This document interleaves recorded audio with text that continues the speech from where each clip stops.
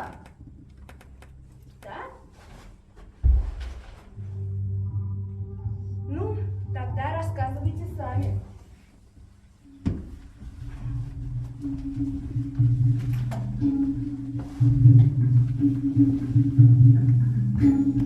Прежде солнце было человеком, и вот однажды... Прежде солнце было человеком, который жил на земле. В своем доме его звали Солнечная подмышка. Но из его подмышек исходило сияние. Когда он лежал, Подняв вверх руку, вокруг становилось светло, как днем. Стоило ему опустить руку, как повсюду наступала тьма. А как только он снова поднимал руку, вокруг его жилища разливалось сияние. Но небо было тогда черным, и страна была тогда сумеречной. Света было столько, сколько бывает сейчас пасмурный день. И вот люди древнего народа решили заставить солнечную подмышку подняться вверх, на небо, чтобы оно освещало и обогревало всю землю, чтобы они могли сидеть и греться на солнце. Одна старая женщина одна совсем старая женщина, у которой не было своих детей, Сказала другой, не совсем старый, у которой детей было много. Чтобы та послала своих сыновей Красавцев! тому старику солнечной подмышки. она сказала, что дети должны отправиться к нему. и дождаться, пока он заснет. Она сказала этой женщине, что дети должны осторожно приблизиться. Поднять солнечную подмышку и забросить его на небо. И тогда солнце будет ходить по всему небу и будет сиять повсюду, и вся земля будет освещена. И личинки термитов будут сохнуть на солнце.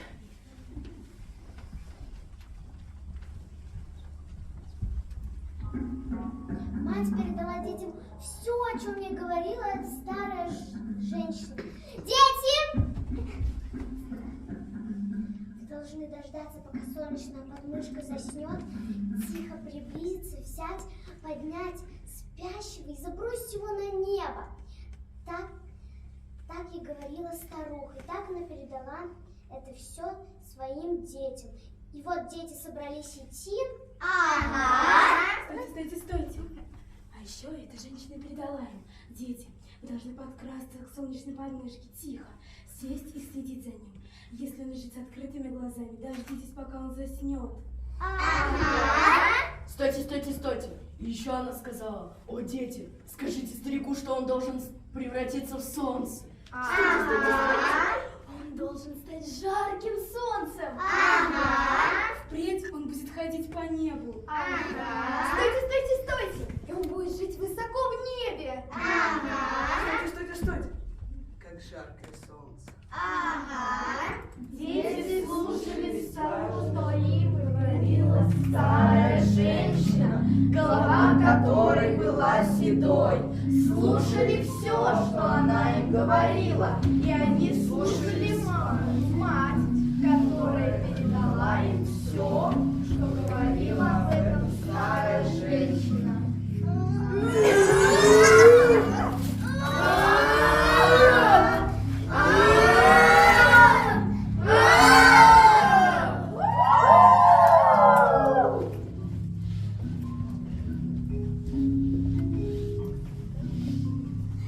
Ну, рассказывайте! Вот моя сестра держала его. Я тоже его держала. Я Он также очень рад держал держала. его. Я также держала его. Моя сестра держала его. Моя сестра со своим младшим братом держали его. Мой брат держал его. А я им кричал: держите старика, крепко его держите, бросайте его вверх. И мы бросили вверх старика солнца. Молодцы! Я тебе... Нет, Ты не надо. Спасибо, спасибо, иди. Солнце приходит, тьма уходит. Солнце садится, приходит тьма. А вместе с тьмой приходит луна. Луна разгоняет тьму, и тьма отступает. А потом тьма уходит, и появляется солнце. Солнце освещает нам землю, и мы можем охотиться. Мы находим газель. Можно продолжить? Да!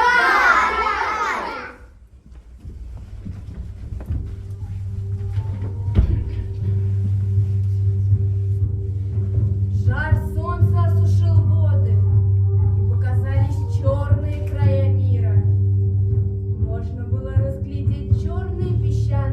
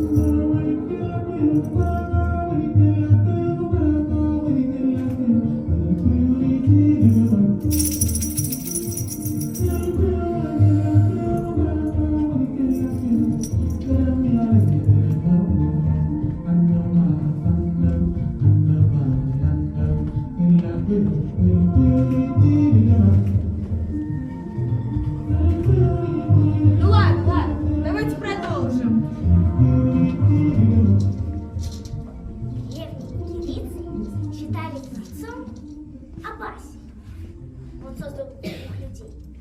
Женщину, мужчину.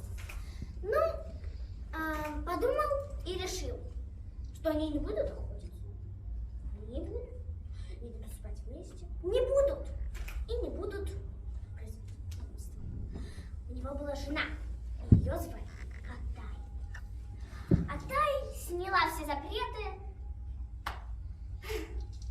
И все было хорошо. Но Абаси узнал. И наказал жену. Но Атай, о мой милый муж, пожалуйста, я все исправлю. И она послала на землю смерть, которая поставила людей в рамки. А вот южные нигерийцы считали, что сначала было двое богов, Аба-Син-Си и Аба-Сио-Сау. Они все делали вместе, но только сначала. А потом Аба-Сио-Си стал править на небе, а Аба-Син-Си на земле. Аба-Сио-Си давал свет и влагу, но также засуху и шторм. А Аба-Син-Си научил людей садоводству, но также принимал их к себе после смерти. И вот однажды Аба-Сио-Си создал двух людей, мужчину и женщину. Но он не знал, что с ними делать, поэтому послал их на землю. А Аба-Син-Си научил их и садоводству, и охоте. А в Зимбабве творцом был Мотик. Он делал хорошие вещи и плохие. Он давал дождь и засуху, ветерок и ураган. Мотима был также небом, светом, землей и деревьями. Он был уникальным и единственным. У него не было предков, ни прошлого, ни будущего. Его имя было табу, говорить его могли только шаманы. А в Эфиопии создателем мира был Вак, и жил он на небе. Он поделил небо и землю, и выплеснул на небо звезды. Но вот однажды он попросил человека сделать гроб. Да, он уже создал к тому времени одного человека. Человек подумал и сделал ему гроб, принес. И Вак ему и говорит: ложись. Человек обалдел, подумал: ладно, и лег. А Вак заколотил гроб и скинул его на землю. И вот 7 лет он пускал дождь из огня. И из этого дождя появились горы. Вак решил достать гроб. Он его достал, а человек вышел из этого гроба жив и здоров. Но человеку стало одиноко. Вак взял немного его крови, и через 4 дня из этой крови появилась девушка. Они поженились и нарожали 30 детей, целых 30 детей. Человеку стало не по себе. Он собрал всех детей, половину оставил, а половину превратил в животных и демонов.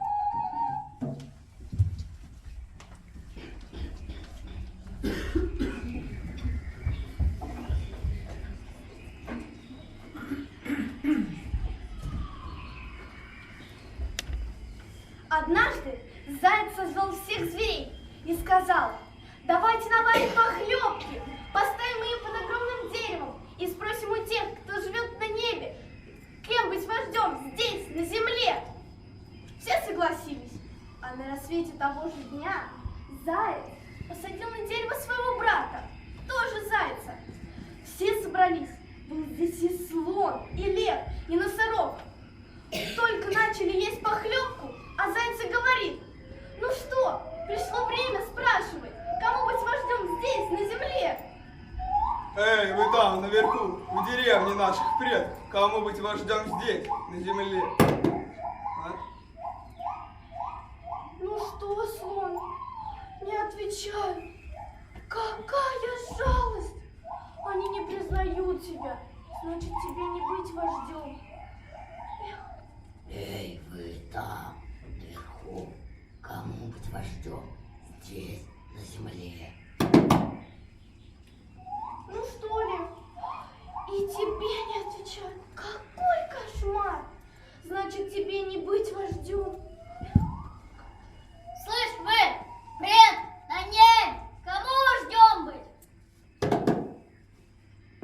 Ну что, и тебе, мой единственный друг, они не отвечают. Какая жалость! Они не признают тебя. Тебе не быть вождем. Что смеешься? Спрашивай, давай. Это как бы на земле и вообще без разницы. А кому быть тут вождем-то? Ну что, косуля, и тебе не отвечаю. Какая жалость. Ну ладно, так уж и быть, спрошу я. Эй, вы там, наверху, в деревне наших предков, кому быть вождем здесь, на земле? Кричит вам заяц. Тебе, почтенный заяц, тебя мы оставляем вождем. Там, на земле. Ну что, теперь вы слышали? А теперь иди за мной, народ мой! Вот такой мудрый заяц. Мудрый? Ну, хитрый и умный. Тогда у кого же нос разделен на две половинки? А я знаю, и сейчас расскажу.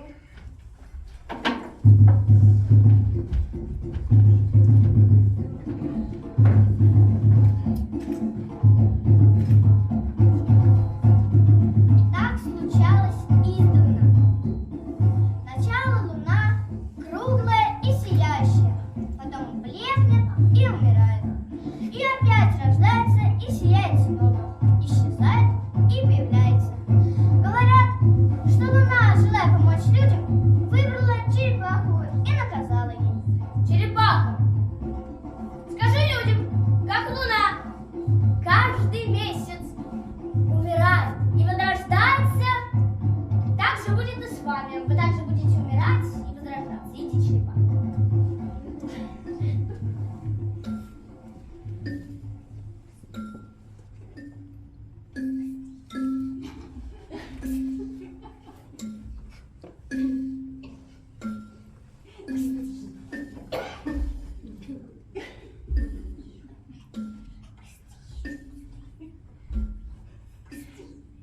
По дороге ей повстречался заяц.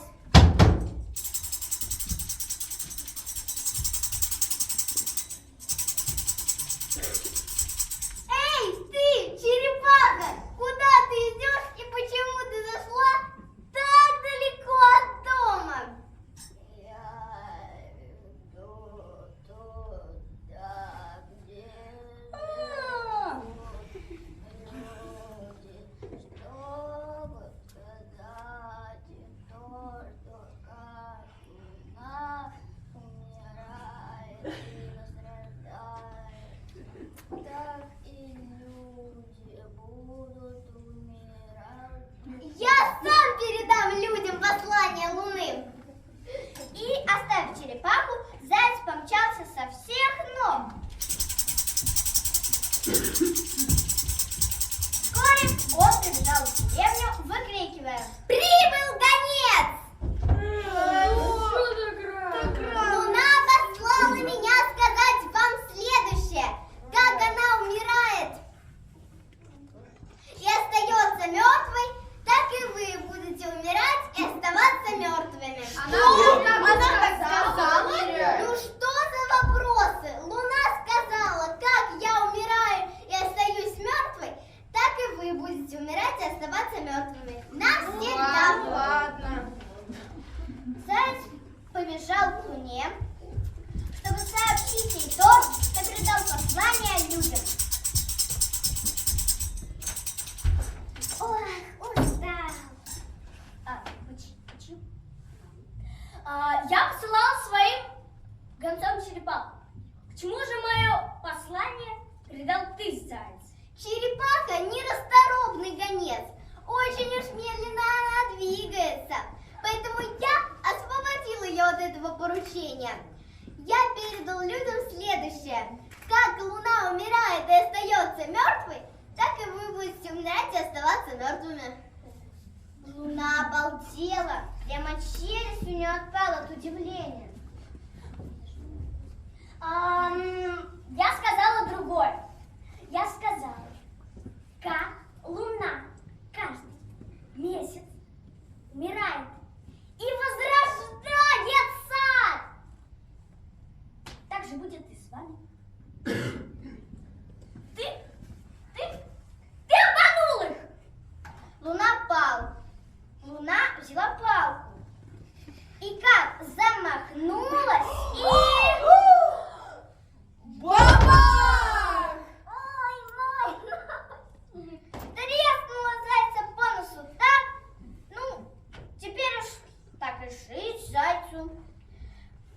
У него был разделен теперь с тех пор нос на две. А я знаю животное хитрее зайца. Кто же это? Это кошка.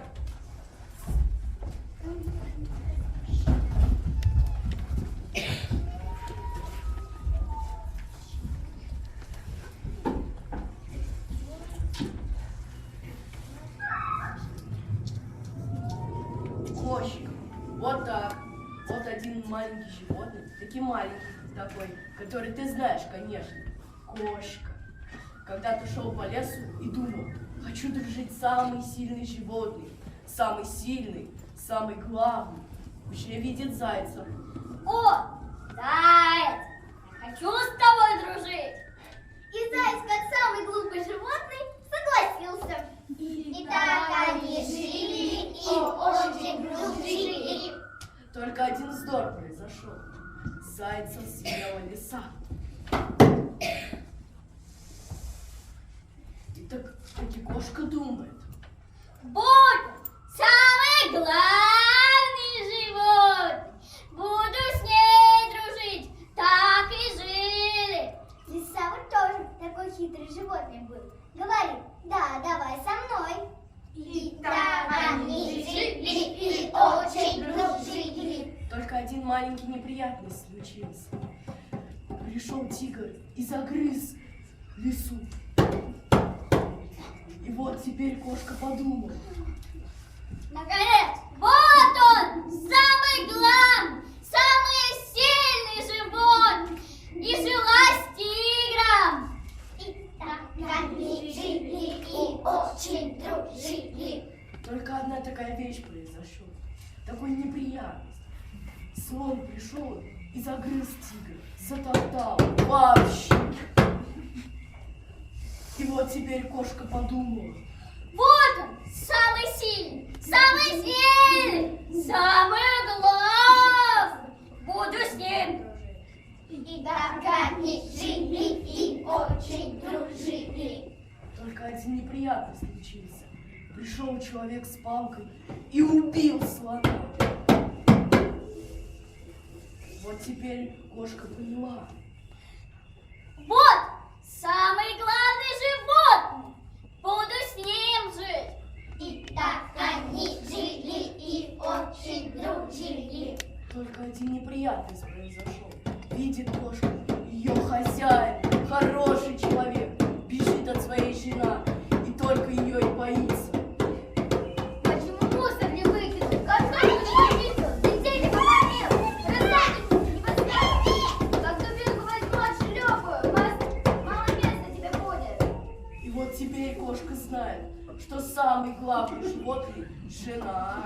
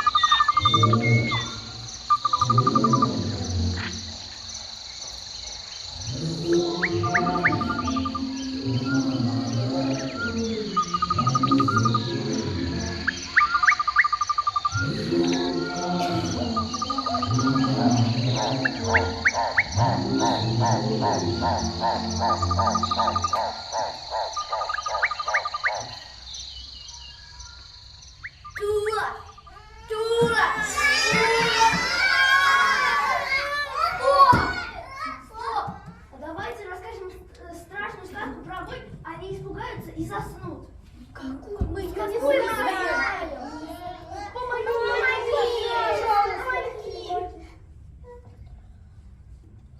Комбо снова было плохо. Он напрягся и изрыгнул огонь. Ну, а что дальше? Но людям его Не отдал. Да, рассказывай. А я знаю, что это за сказка. Это сказка про огонь. Да, чисто.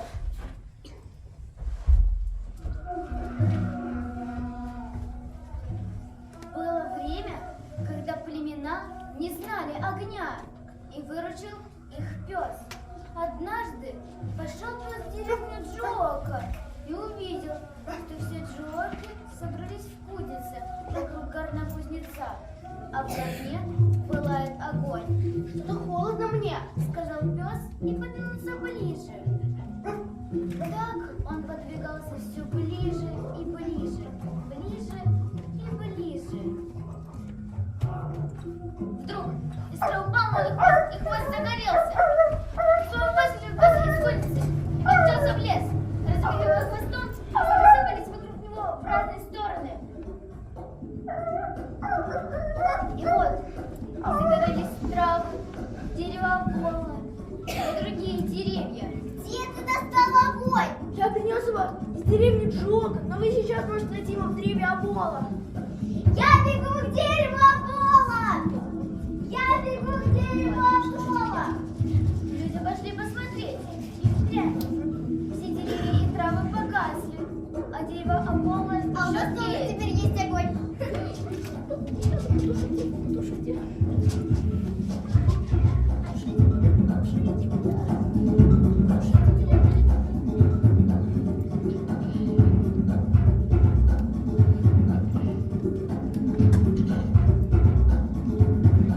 С тех пор у племен есть огонь, и чтобы достать его, люди друг от друга куски дерева Оболы.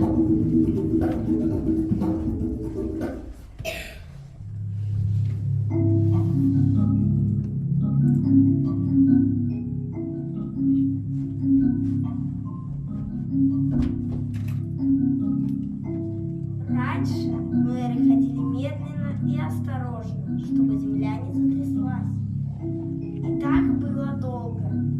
Но однажды они увидели, как мимо пробегает охотник. Стой! Стой! А то земля содрогнется!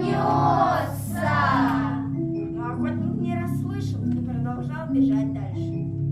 Тогда мэры побежали за ним. Камень, девушка, собака, палка, камень, собака, палка. Когда мэры увидели, что земля не трясется у них под ногами, они обрадовались. С тех пор мэры бегают быстро, а земля хоть бы что. С тех пор мэры стали свободны. Сердце Африки пение полно и желание. И я знаю, что если мы видим порой сны, которым найти не умеем название, это ветер приносит их, Африка твой. Имбомба перестал тошнить и запел. Берегу, Амбомба, знает он рыбак, а рыба ушла от бомба, а рыба забыла Амбомба. Амбомба любит своих сыновей, Амбомба, скоро будет дождь, Амбомба дома сидит жена. Чтобы знать, чего думать, Амбомба с детства носит очки, Амбомба верит, кто не дурак, а рыба ушла до реки. Ему нужна эта лодка, Амбомба, надо совсем чуть-чуть, Амбомба, не жадный, он не злой. Ему нужна эта лодка, ему нужна эта лодка. Амбомба! Амбомба! Амбомба! Амбомба! Амбомба! Амбомба! Амбомба! Амбомба!